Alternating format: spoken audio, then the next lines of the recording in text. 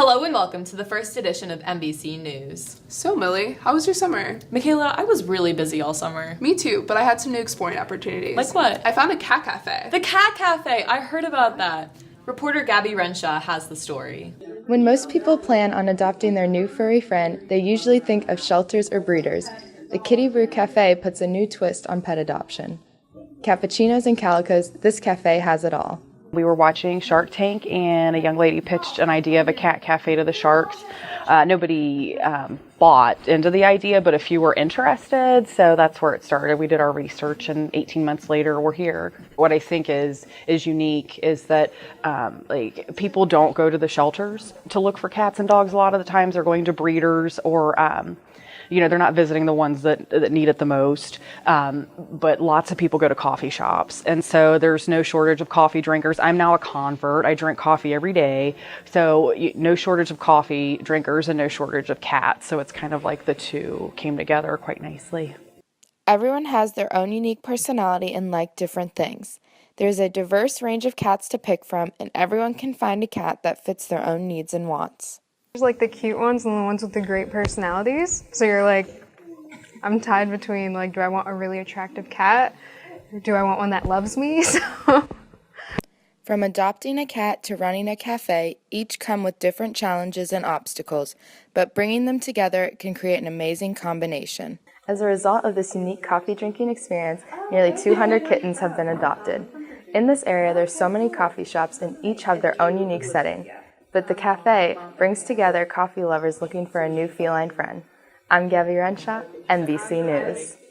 Cats and coffee, Michaela, I cannot think of a more perfect combination. I can. The fries at Mason High School's lunch. That seems to be old news, though, considering the fact that students are making claims that they're different this year. That's right, but Kaylee Connors has the story. Every day at lunch, Mason High School students have endless possibilities for sides that perfectly complement their entrees. But this year, one of those sides has been drastically changed. So we're at the boys' lunch table.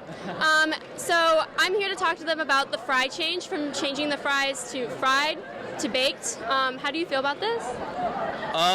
They're pretty gross. They're worse. This is a rock. This isn't a French fry. I don't know. All the boys, we used to enjoy the fries. We would get the daily meal and we would get the fries, all right? We would get the fries and we would eat the fries, but they've changed. They stopped boiling them, they're baking them. I don't know what they're doing with them, but they're not the same. I can't eat them. I can't. I feel hurt, first and foremost, and I'm angry. Have you been buying fries less frequently ever since the switch? It used to be every day, bro, but now I'm buying them maybe once or twice a week. You said that you bought the fries the majority of the year last year. How do you feel about the fry change this year? I personally don't love them. I definitely loved the ones last year. I gave them up for Lent. I love them so much. But this year, I don't know. They're kind of iffy. I'll eat them, but they're not great. Can you describe the taste for us right now? It's like a horrible dry, like awful taste. Wait, there's a flavor? I don't like them. Even though the fries have changed, the students' hunger for them has not. People continue to buy the bland potato snacks because regardless of the way that they're made, MHS has a love for French fries bigger than the graduating class. I'm Kaylee Connors, NBC News. I'm really salty that the fries are gone. Those were the best. Yeah, they were, but the cafeteria staff works hard to ensure that each student's specific needs are met. Reporter Haley Dardis has the story on a few individuals in MHS that have diabetes. 29 million Americans are affected by diabetes. And you may not know it, but some of them are right here at Mason High School. You may be walking the halls with these people, and some may even be teaching the classes you take. High school science teacher Randy Hubbard takes diabetes in stride, and senior Amber Bishop approaches her medical condition with a positive attitude. While she has dealt with diabetes for the past 7 years, Amber Bishop has developed a solid mentality towards her disease. It really is just about mindset and like how each person takes it in a different sense. Like, I got mine when I was 10 years old, so you just learn to just grow and not really care what people think and just embrace whatever it brings. Like Amber, science teacher Randy Hubbard is a type 1 diabetic. Every day he strives to make the most out of his situation and is very open about it with his students. It's not contagious, so don't be afraid of somebody that has diabetes. It's not like I can give it to you or anything like that. Don't be afraid to involve them in things like that, because I've played sports all my life. I went to college and played football, and I've had it since I was 8, so it's not like I can't do the things that everybody else can. I just have to monitor a little bit better. So the big thing is that don't assume they can't do things just because they have diabetes. There's nothing I can do about it. I couldn't change it. So I might as well deal with it, do the things that the doctor tells me to do, try to stay on a good diet and exercise and do all those things that I'm supposed to do, and it'll take care of itself. Some people have the stigma that, why me? To me, it was, why not me? Because, if I didn't have it, somebody else would. So it's just something you got to work with. Cards are dealt, you got to deal with them. Diabetics suffer from lack of insulin production. This is something they deal with every day, and because of their condition, they are forced to watch their diet and pay close attention to the signals that their body is sending them. Despite their condition, Randy Hubbard and Amber Bishop are shining examples of how a potentially dangerous medical circumstance can't hold them back from pursuing success and happiness in their lives. I'm Haley Dardis, MBC News.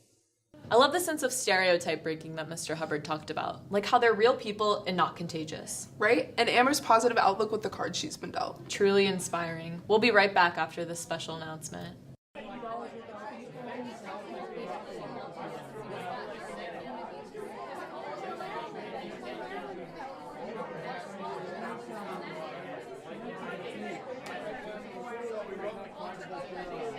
It's important to not only take care of your physical well-being, but your emotional well-being too. Because the shining personalities we have are what makes us Comic Country. One of my favorite ways to support Comic Country is by going to the LGL under the Friday Night Lights. Reporter Anna Knazwitz has the story. Arguably the most popular plans for Friday nights here at MHS is participating in the Black Hole at varsity football games. There's obviously a reason why high schoolers huddle on the bleachers to partake in one of Cincinnati's best student sections. How do you think the Black Hole benefits our school and sports teams? Well, the louder we are, the better we play. I just think it supports the team more and brings us closer together. I feel like it's a really cool experience for all the high schoolers to be a part of the school. What's your favorite Black Hole theme? My favorite Black Hole theme is frat. Definitely Neon Night. Oh, America for sure. USA, baby. What's an important quality for a Black Hole leader to have? Confidence, for Leadership. sure. You just don't care. Whether it's your first time on the bleachers or you're a dedicated senior leader, the Black Hole is sure to project school spirit as we cheer on our Comets. I'm Anna Knazwitz, NBC News.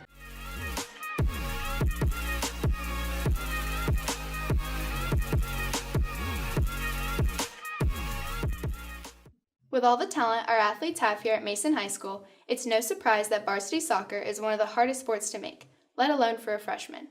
Riley Johansson shows us what it took one athlete to become the first freshman in Paul Reedy's coaching career to make the varsity boys soccer team. Sometimes being a freshman can be difficult. Coming into a bigger school, higher stakes in classes, and more pressure to perform in sports can be nerve-wracking, but a freshman on the Mason boys varsity soccer team is taking this all in stride as he makes his mark on a lineup dominated by upperclassmen. A player doesn't just make varsity, he has to earn it. Now that he's earned a spot on the varsity team, freshman Gabe Marlowe knows he has to continue to work hard in order to prove that he belongs. You have to just work hard and just we have this thing in the locker room where we put on the board a contender or pretender. So contender is if you were working hard during practice, and a pretender is if you weren't working hard at practice, you were just goofing off or something.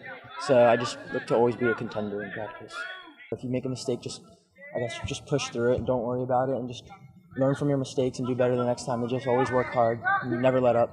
I feel like this is so much fun because I'm representing my school instead of just representing some club for coaches and my parents. I'm representing all the kids that go to Mason and stuff. So Making the varsity team is not only about the skill of the player, but what the coach sees in them. Varsity head coach Paul Reedy saw Marlowe's skills and is ready to cultivate them to meet the varsity team expectations. This is my 11th year as the head coach, and this is the first time in my 11 years that we've had a freshman play in my tenure. Skillful and enough athletic ability, and he also filled a need that we had as providing depth on defense. So all of that fit together, and we gave him an opportunity in the preseason, and he took advantage of it, so he's here with us. He seems comfortable, and I'll give credit to some of our older players. I think, we talked to them a little bit. You need to make him feel comfortable, and I would like to think that he feels pretty good about things, and, that socially he feels as much a part of the team as anyone else. If you look ahead, he could be one of the better players to play in our defensive back line when it's all said and done. We can't wait to see what Gabe has in store for the rest of the season. With good coaching and team camaraderie, we hopefully will see the star that Gabe is set out to be. I'm Riley Johansson, MBC Sports. Sounds like one freshman is really making his mark on the soccer field. The football players, however, made their mark off the field. Football isn't all about what takes place on Friday nights. Sometimes it's about what goes on behind the scenes. Aiden Crowley has the story. The fundamental component for any football team is teamwork and unity. And for the Mason Comets, they not only possess these traits, but go above and beyond. And for offensive lineman Jason Springer, this is no different. Jason Springer tragically lost his dog during a walk and talk with the football team. The Comet coaching staff, along with support from every member on the team, came together in support of Jason and raised enough money to buy Comet, a 2-month-old St. Bernard who is now part of the Long Green Line. Yeah, we named her Comet because after the Mason Comets, with how much the team helped, it just felt like we couldn't name her anything but Comet. It made me feel like I'm really cared for, and like there really is a Mason football family, and that is huge. The decision to start this initiative for senior captain Matt Sora was an easy one, as he, along with the other captains, wanted to help a fellow teammate through a tough time. Jason means a lot to us as a team, so when we heard that he lost his dog, and we know how much his dog means to him, and we know how much he means to us. Everyone was super excited for him. Just to see Springer's reaction was just really cool, you know, to see his face light up and his whole family there. And, you know, we told him that Comet's a part of our team, and it's just, you know, not just his dog, it's, you know, it's our dog. Head football coach Brian Kastner wanted to help Jason as best he could. He made the decision with the senior captains to start raising money to go towards a new dog. We started because Jason's just a solid young man, and he's someone that we all respect as coaches and players. We love him, and he's a big part of what we do day in and day out. And when he lost his dog on that Friday, on that walk and talk, the seniors, the captains came together and said, hey, we need to do something for him. When I first saw his face and he started getting red, and then he saw Coach Hurley bring in the puppy in his arms, I think he realized that he had a new friend, and it was a new teammate, and he named him Comet, so it was pretty cool. We all get to see and hear what goes on Friday night for our football team, but rarely do we get to see the compassion and love each of these members have for one another. Comet will forever serve as a reminder to this team what they can do for one another. I'm Aiden Crowley, MBC Sports. It's been an eventful first month of action for the fall sports season. However, not all plays are highlight worthy. Here's Megan Rubsum and Natalie Sears with the good, the bad, and the ugly. What's up, Comet Country? I'm Megan Rubsum. And I'm Natalie Sears, and we're here to bring you this year's best, worst, and ugliest moments of MHS sports. The start to this fall season has already brought us some amazing highlights, and also some times when our athletes have not been on their A game.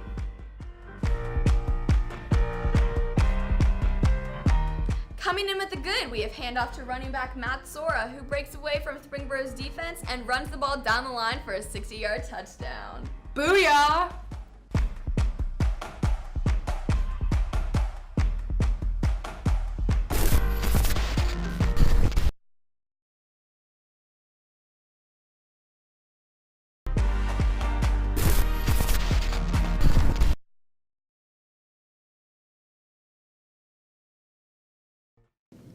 Good, bad, and ugly always gets me weak at some of the plays that make the ugliest shots. Some things you definitely wouldn't want your crush to see. Speaking of crushes, one time on a first date, this guy literally told me he was not a fan of my jokes. Yikes. Well, it's a good thing we had Natalie Mishu hit the hall assess you, Comet Country, what not to say on the first date.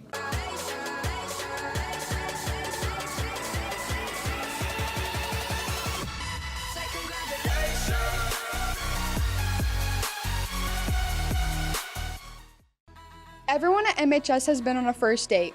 Well, most people, and it doesn't always go so well. So we asked you kids in the hall, what's the worst thing you've ever said on a first date?